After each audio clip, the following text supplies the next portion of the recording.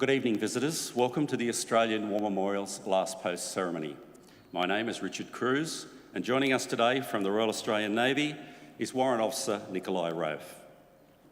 This evening we're honoured to welcome Colonel Susan Newhouse, Member of the Council of the Australian War Memorial, Mr John King, President of the Returned Services League of Australia, ACT branch, and Mr Matt Anderson, Director of the Australian War Memorial.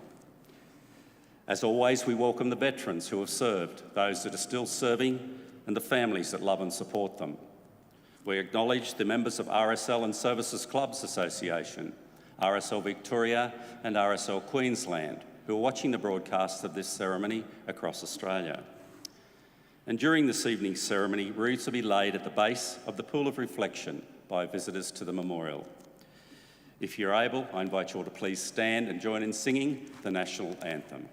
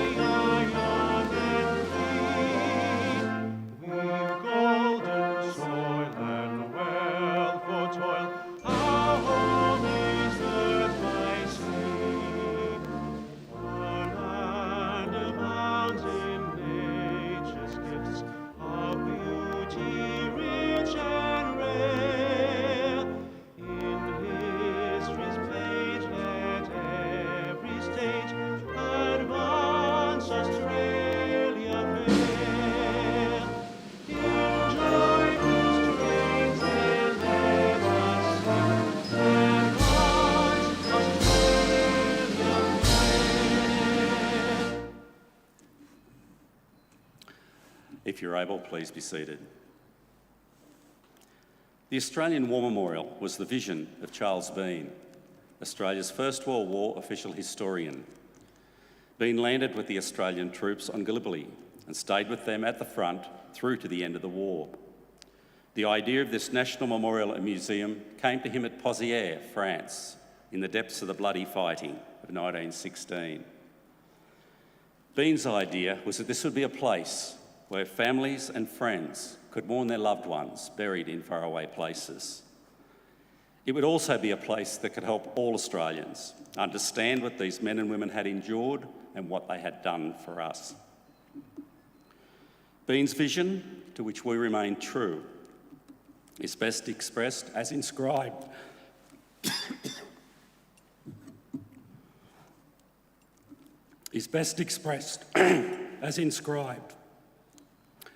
at the entrance of the memorial's galleries. Here is their spirit in the heart of the land they loved, and here we guard the record which they themselves made. The Roll of Honour lists more than 102,000 men and women who have given their lives for us in war and on operations for more than a century. Normally, at this ceremony, we tell the story behind just one of those names.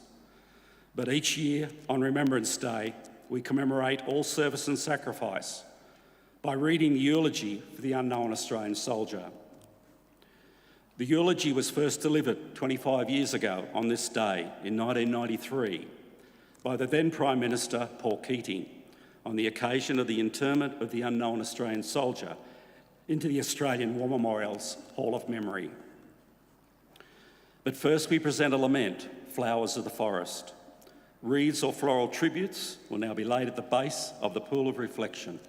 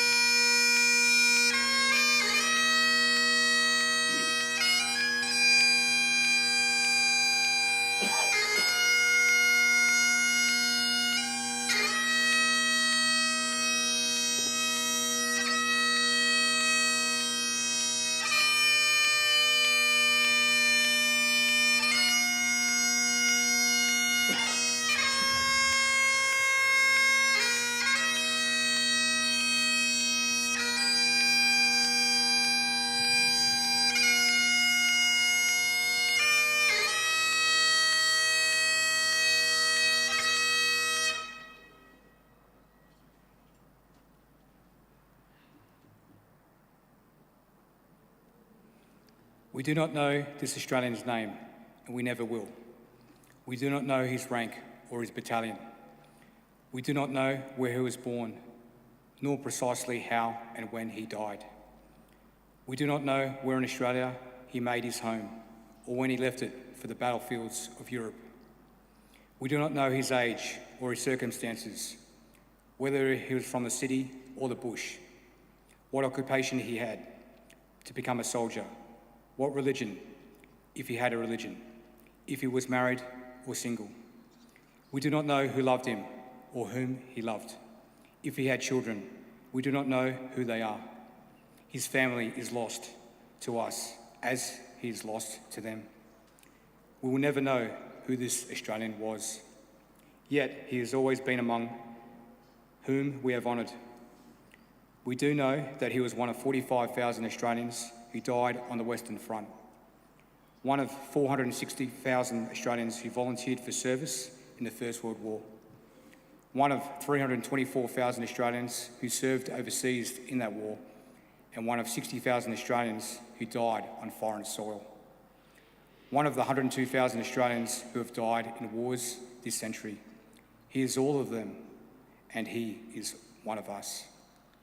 This Australian and the Australian he knew are like foreign countries.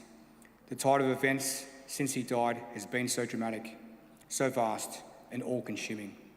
A world has been created beyond the reach of his imagination.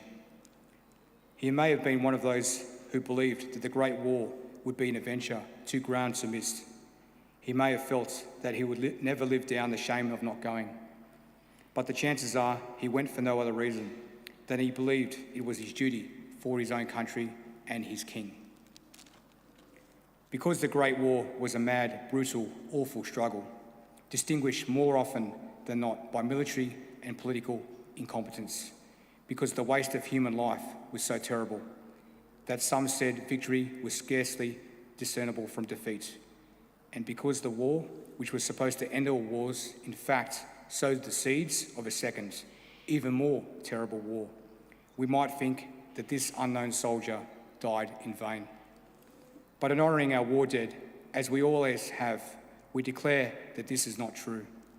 For out of war came a lesson which transcended the horror and tragedy and the inexcusable folly. It was a lesson about ordinary people. And the lesson was that they were not ordinary. On all sides, there were the heroes of that war, not the generals and the politicians, but the soldiers and sailors and nurses. Those who taught us to endure hardship, to show courage, to be bold as well as resilient, to believe in ourselves, to stick together. The unknown Australian soldier was one of those. By his deeds, proved that real nobility and grandeur belongs to not empires and nations, but to the people on whom they, in a last resort, always depend. That is surely at the heart of the Anzac story, the Australian legend which emerged from the war. It is a legend not of sweeping military victories so much as triumphs against odds, of courage and ingenuity in adversity. It is a legend of free and dependent spirits whose discipline derived less from military formalities and customs than from the bonds of mateships and the demands of necessity. It is a democratic tradition in which Australians have gone to war ever since. This unknown Australian is not in turn here to glorify war over peace, or to assert a soldier's character above a civilian's, or one race, or one nation, or one religion above another, or men above women, or the war in which they fought and died above any other war, or one generation above any that has been or will come later. The unknown soldier honours the memory of all those men and women who laid down their lives for Australia. His tomb is a reminder of what we have lost in war and what we have gained. We have lost more than 102,000 Australian lives, and with all their love, this country, and all their hope and energy. We have gained a legend, a story of bravery and sacrifice, and with it, a deeper faith in ourselves and our democracy, and a deeper understanding of what it means to be an Australian. It is not too much to hope, therefore, that this unknown Australian soldier might continue to serve his country. he might enshrine a nation's love of peace and remind us that in the sacrifice of the men and women whose names are recorded here, there is faith enough for all of us.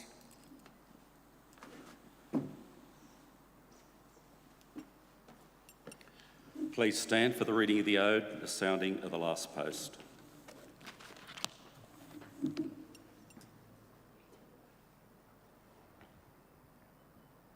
They shall grow not old, as we that are left grow old. Age shall not weary them, nor the years condemn. At the going down of the sun, and in the morning, we will remember them. We will remember them.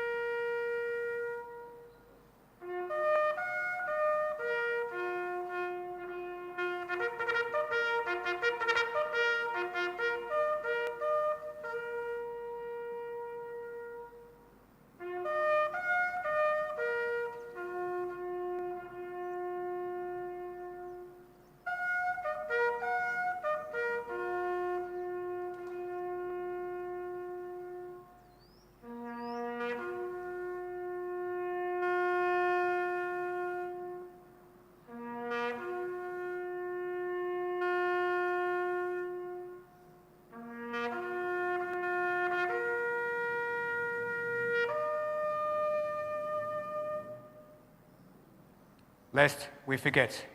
Lest we forget.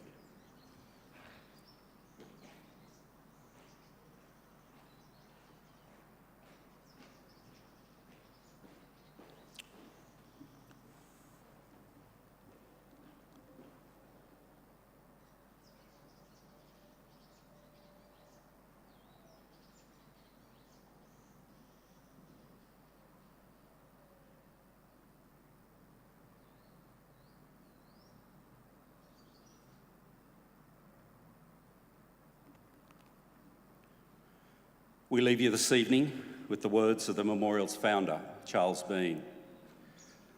Many a man lying out there at Poziere or in the low scrub at Gallipoli, with his poor, tired senses barely working through the fever of his brain, has thought in his last moments, well, it's over. But in Australia, they will be proud of this. Ladies and gentlemen, girls and boys, that concludes this evening's last post ceremony. We thank you for visiting the Australian War Memorial and wish you all a very good evening. Thank you.